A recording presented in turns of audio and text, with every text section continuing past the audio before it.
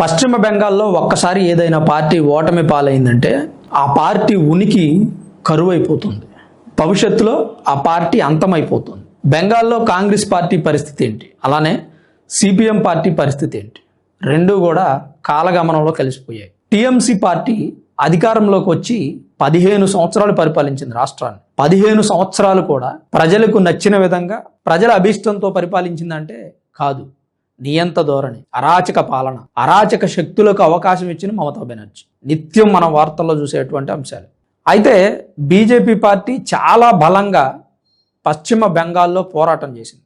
పార్టీని గ్రామ స్థాయిలో బలోపేతం చేసింది. 2016లో 2-3 సీట్లు గెలిచింది అంతే. 2021 నాటికి వచ్చేపాటికి 70 స్థానాలు గెలిచి ప్రతిపక్షంలోకి వచ్చింది. మరి ప్రతిపక్షంలోకి వచ్చిన పార్టీ కాముగా ఉంటుందా? 2026లో ఏకంగా అధికారంలోకి వచ్చింది. అంటే పార్టీ యొక్క సిద్ధాంతాలు, అలాగే అధికార పార్టీ అయినటువంటి టీఎంసీ చేస్తున్న అరాచకాలను ప్రజల్లోకి బలంగా తీసుకెళ్ళి. నేను ఇదంతా ఎందుకు చెప్తున్నానంటే, టీఎంసీ పార్టీ ఓటమి పాలైంది, కానీ ఆ పార్టీ మరలా పుంజుకుంటుంది, రేపు ఎలక్షన్స్కి వెళుతుంది అనుకునే లోపు పెద్ద షాకింగ్ టీఎంసీ పార్టీ 50 మంది ఎమ్మెల్యేలు రాజీనామా చేయడానికి సిద్ధంగా ఉన్నారు. 20 మంది ఎంపీలు కూడా సిద్ధంగా ఉన్నారు. ఇప్పటికే 2-3 ఎంపీలు రాజీనామా కూడా చేశారు. కకోలి దస్తీదార్ అని టీఎంసీ ఎంపీ, ఆమె చాలా అనుభవం కలిగినటువంటి ఎంపీ. ఇంచుమించు పార్టీ పెట్టినప్పటి నుంచి ఉన్నారు. మేబీ ఆమె ఇప్పటికే 3 సార్లు ఏమో గెలిచారు. ఆమె తన ఎంపీ పదవికి రాజీనామా చేయడంతో పాటు టీఎంసీ పార్టీలో చాలా బాధ్యతాయుతమైన పదవుల్లో ఉన్నారు. 1 కాదు 2 కాదు, 5-6 పదవులు, 5-6 కేటగిరీలు ఆమెకు అప్పచెప్పారు. వాటన్నిటికీ రాజీనామా చేశారు. పైగా మమతా బెనర్జీ మీద తీవ్రమైన విమర్శలు చేస్తున్నారు. ఆర్జికర్ మెడికల్ కాలేజీ ఘటన కానీ, అంతకుముందు బెంగాల్లో జరిగినటువంటి అరాచకాల గురించి కానీ ఇప్పుడు ఆమె ప్రశ్నిస్తుంది. ప్రభుత్వం ప్రజలకు అనుగుణంగా నడుచుకోలేదు, అందుకే ఈ పరిస్థితి వచ్చిందని చెప్తుంది. అయితే ఈ 50 మంది ఎమ్మెల్యేలు, 20 మంది ఎంపీలు రాజీనామా చేస్తారనే ఆలోచన ఉంది అని ఎవరు చెప్పారండి? బీజేపీ ఎంపీ సౌమిత్ర ఖాన్ చెప్పారు. ఆయన ఈ ఎంపీల గురించి ఎందుకు అలా అభిప్రాయపడ్డారంటే, ఇప్పటికే చాలా మంది సువేందు అధికారిని కలుస్తున్నారు, ముఖ్యమంత్రిని. ఒక్కసారి బీజేపీ పార్టీ కనుక గేట్లు ఎత్తేస్తే తొలకరి వాన పడ్డప్పుడు చెరువులోకి నీళ్లు ఎట్లా ఎగదన్నుకు వస్తాయి, అట్లా వస్తారంట టీఎంసీ ఎంపీ. అంటే టీఎంసీ పైనే అంత వ్యతిరేకత ఉంది. ఆ పార్టీలో ఇంతకాలం అధికారం కోసమో, లేదా మమతా బెనర్జీకి భయపడో, లేదా మనం ఇక ఈ రాష్ట్రంలో వేరే పార్టీ లేదు, ఏదో ఒక పార్టీలో ఉండి పరిపాలించాలనే ఉద్దేశంతోనో మనసు చంపుకొని ఒప్పక నొప్పక నొచ్చుకున్న ఆ పార్టీలో కంటిన్యూ అయ్యారు. ఈరోజు అవకాశం ఉంది కదా, రాష్ట్రాన్ని మంచిగా పరిపాలించేటువంటి వ్యక్తులు వాళ్ళతో కలిస్తే బాగుంటుందని వీళ్ళు అభిప్రాయపడుతున్నారంట.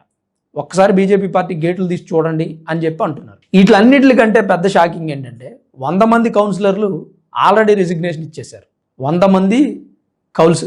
అలాగే కలకత్తా మేయర్ ఫిర్హాద్ హకీం ఏం చేశాడంటే, అభిషేక్ బెనర్జీ ఆస్తులకు సంబంధించి నోటీసులు ఇచ్చాడు, అక్రమ కట్టడాలు అని. ఎందుకు అంటే, అభిషేక్ బెనర్జీ ఆస్తులకు నోటీసులు ఇవ్వడానికి కారణం తను సొంత పార్టీయే, ఇతను టీఎంసీ పార్టీ, ఇతను టీఎంసీ పార్టీ.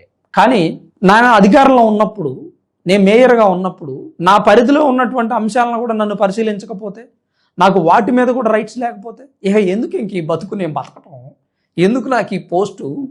పేరుకు మాత్రమే మేయర్ పదవి ఇచ్చారు, దోచుకునేది మీరే, కట్టుకునేది మీరే, చెప్పుకునేది మీరే, పంచాయతీలు మీరే, అన్ని మీరే, జడ్జిమెంట్లు మీరే, గొడవలు మీరే, మరి ఇక మాకు ఎందుకండి అన్నట్లుగా ఇంతకాలం కొనసాగింది. ఇప్పుడు ఈ పార్టీ అధికారంలోకి వచ్చింది కాబట్టి మేయర్ కూడా తన అధికారాలు నిర్వర్తించడంలో సక్సెస్ అవుతుంది. అభిషేక్ బెనర్జీకి సంబంధించిన అక్రమాస్తులన్నింటికి నోటీసులు ఇచ్చేసి, అలాగే 100 మంది కౌన్సిలర్లు రిజైన్ చేశారని చెప్పుకున్నాం కదా, ఇదొక దెబ్బ. అయితే అన్నిటికంటే పెద్ద దెబ్బ సెంతన్ హుసేన్, టీఎంసీ పార్టీ జాతీయ ప్రతినిధి. ఆయన తన పదవికి రాజీనామా చేశారు. ఇతను టీఎంసీ పార్టీ వచ్చినప్పటి నుంచి ఉన్నాడు, మమతా బెనర్జీతో పాటు పార్టీలో మొదటి నుంచి కొనసాగారు. ఎప్పుడైతే ఏం పార్టీ పెట్టారో అప్పటి నుంచి ఉన్నారు. కానీ అలాంటి వ్యక్తి ఈరోజు పార్టీని విభేదించడం అంటే పార్టీ యొక్క భావజాలం ఎలా మారిపోయిందో అర్థం చేసుకో. ఏదైతే రేప్ కేసు విషయంలో బయట ప్రపంచానికి తెలిసి ఆ కేసుతోనే ప్రజల్లోకి వెళ్ళి దాన్ని అడ్డం పెట్టుకొని ముఖ్యమంత్రి అయినటువంటి మమతా బెనర్జీ, అలాంటి ఒక రేప్ కేసు, మహిళా హత్య ఉదంతంతో కుప్పగూలిపోయారు. ఒక మహిళ కన్నీరు ఎంత ప్రమాదకరమైందో చూడండి. ఆ రోజు ఒక మహిళ కన్నీరు తోడవడానికి నడుం బిగించిన మమతా బెనర్జీ కాబట్టి మహిళల ఆశీర్వాదాలు ఉన్నాయి. ఈరోజు ఒక మహిళ కన్నీరు తొడవలేకపోయింది, ఆ కుటుంబం కన్నీరు మున్నీరై ఏడుస్తుంటే పట్టించుకోకుండా ప్రజలు ధర్నాలు చేస్తుంటే వాళ్ళని తరిమి కొట్టడం, ఆ తల్లిదండ్రులు వీళ్ళ ఆవేదన వ్యక్తం చేసినా పట్టించుకోకపోవడం, ఇలాంటి పలు అంశాలు మమతా బెనర్జీని కుప్పకూల్చాయి. పైగా ఆ ఆర్జికర్ మెడికల్ కాలేజ్ ఘటనలో ట్రైనీ డాక్టర్ ఎవరైతే చనిపోయారో ఆమె తల్లికి బీజేపీ పార్టీ ఎమ్మెల్యే సీట్ ఇస్తే ఆమె గెలిచింది. ఆమె గెలిస్తే ఆమె కాలేజీలోకి వస్తుంటే ఆ కాలేజీలో ఉన్నటువంటి ఒక ట్రైనీ డాక్టర్ కాళీమాత శక్తి రూపంగా అంతటి ఆగ్రహం ఆవేశంతో డ్యాన్స్ వేస్తూ ఆమెకు వెల్కమ్ చెప్పింది. మరలా నా బిడ్డలాగా ఏ ట్రైనీ డాక్టర్ కూడా అన్యాయం అయిపోకూడదు, ఏ స్టూడెంట్స్ కూడా అత్యాచారానికి గురవ్వకూడదు, దానికి సంబంధించి నేను చర్యలు తీసుకుంటాను అని ఆ ఎమ్మెల్యే గారు మాట్లాడడం జరిగింది. ఇలాంటి అనేక అరాచకాలు టీఎంసీ పార్టీని మట్టుబెట్టాయి. అయితే ఇప్పుడు నేను చెప్పిన అంశాలన్నీ కూడా మట్టుబెట్టిన పార్టీని భవిష్యత్తులో లేకుండా చేసేటువంటి సూచనలు ఇవన్నీ కనిపిస్తున్నాయి. మీ భవిష్యత్తు నాకు కనపడుతుందని ఏదో సినిమాలో వేణుమాధవ్ కనుక బ్రహ్మానందం గారిని అన్నట్టు నీ భవిష్యత్తు నాకు అర్థమైపోతుంది రోయ్ అని అన్నట్టు టీఎంసీ పార్టీ భవిష్యత్తును నిర్ణయించేటువంటి అంశాలు ముఖ్యమైన ఘట్టాలు ఇవి. ఇవన్నీ నిజాలే. ఇంకా మిగిలినవి కూడా ఏది సౌమిత్ర చెప్పినట్టు బీజేపీ ఎంపీ 50 మంది ఎమ్మెల్యేలు 20 మంది ఎంపీలు కనుక రాజీనామా చేస్తే కేల్కతం దుకాణ్ బంద్. ఇక సంచి చదువుకొని తట్టాబుట్టాన్ని ఎత్తినెట్టుకొని పాపం మమతా బెనర్జీ బెంగాల్ వెళ్ళిపోవాల్సింది. అలాంటి పరిస్థితి ఈరోజు బెంగాల్లో ఉంది. ఎక్కడికి పోతాయండి? 100 గొడ్లను తిన్న రాబందు ఒక్క గాలివానగా చచ్చింది. ఎన్ని అరాచకాలు చేసిన వ్యక్తి అయినా ఏదో ఒక రోజు కుప్పకూలిపోక తప్పదు. ఇదే బెంగాల్లో జరుగుతుంది. మరి దీని మీద మీ అభిప్రాయం ఏంటి? మీరేమనుకుంటున్నారు? భవిష్యత్తులో టీఎంసీ పార్టీ అనేది ఉండేది అని చెప్పుకోవాల్సిన పరిస్థితి వస్తుందంటారా? తప్పకుండా కామెంట్ రూపంలో రాయండి. వీడియో చూస్తున్న ప్రతి ఒక్కరు దయచేసి లైక్ చేయండి. చివరి వరకు ఈ వీడియోని ఎంత ఓపికగా చూసిన మీ అందరికీ పేరు పేరున ప్రత్యేకించి ధన్యవాదాలు.